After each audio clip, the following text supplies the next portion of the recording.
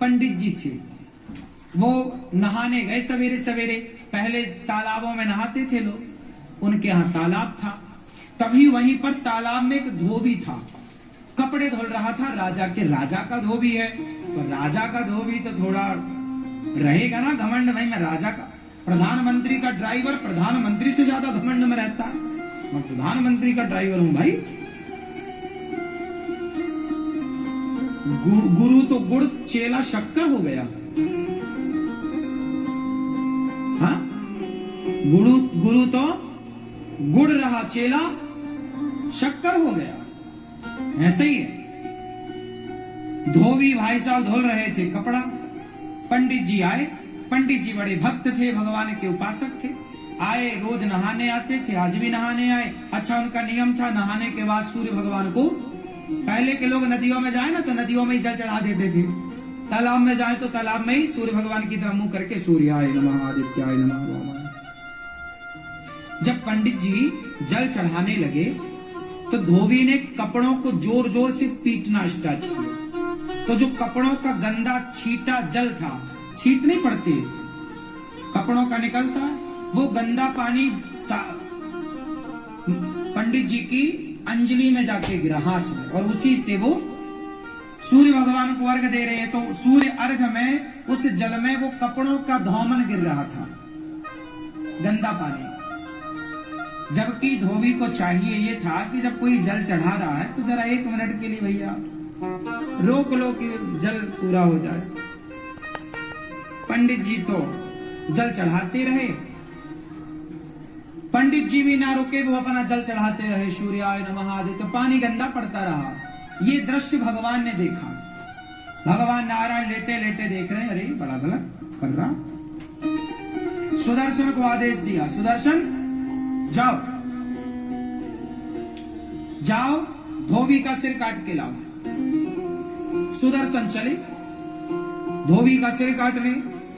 जब तक सुदर्शन भगवान पहुंचे तब तक पंडित जी की पूजा हो गई पूरी, और जो पूजा पूरी हुई पंडित जी ने बोला, क्यों रे नालायक, मैं पूजा कर रहा था, तुझे दिखाई नहीं पड़ रहा? 2 मिनट रुक नहीं सकता? गंदा पानी डाल रहा। अब पंडित जी जो लड़ाई शुरू की है। धोबी बोला, मैं कम हूं क्या, मैं क्यों काम रोकूं? तुम दूर नहीं जा सकते उस वाले घाट में, तुम्हें भी यही आना था। अब सुदर्शन भगवान को आदेश क्या मिला था? भगवान ने क्या बोला? सुदर्शन से जाओ धोबी का सिर काट के आओ। अब सुदर्शन जी आए तो वहां तो लड़ाई चल रही थी पंडित जी में और धोबी में। सुदर्शन घबराए कि भगवान ने कहा है कि धोबी का सिर काटना है, इन दोनों में धोबी कौन है ये कंफर्म नहीं हो रहा। सुदर्शन वापस चले गए। भगवान ने पूछा, हो गया सिर काटने का काम? अरे प्रभु ये तो बताओ कि इन दोनों में धोबी कौन है? धोबी तुम्हें नहीं पता? अरे बोले दोनों वो लड़ रहे थे। अब दोनों जब लड़ रहे, दोनों का स्वभाव एक सा है तो कैसे पहचाना जाए? आप भी तो धोबी की तरह हो गए।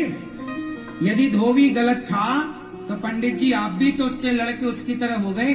अब उसमें और आप में अंतर क्या रहा? तो सुदर्शन भगवान बोले, वहां तो 2 धोबी हैं, किसे काटना है बताओ? सुदर्शन भगवान से भगवान ने कहा, तुम बाप साहब किसी को मत काटो। क्या मतलब हुआ इसका? क्या सीखा आपने इस कथा से? जब जवाब आप स्वयं देते हैं तो भगवान चुप हो जाते हैं कि जवाब तो आपने दे दिया। पंडित जी ने जवाब ना दिया होता उस धोबी को तो भगवान जवाब देते कि नहीं?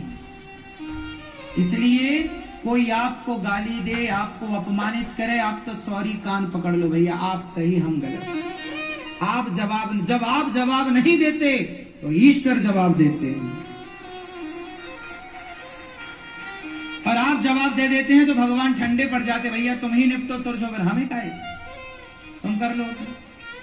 जब तुझसे ना सुलझे तेरे उलझे हुए धंधे, तब भगवान के इंसाफ पे छोड़ दे ए बंदे, वही तेरी मुश्किल आसान करेगा, जो तू ना कर सका वो भगवान करेगा।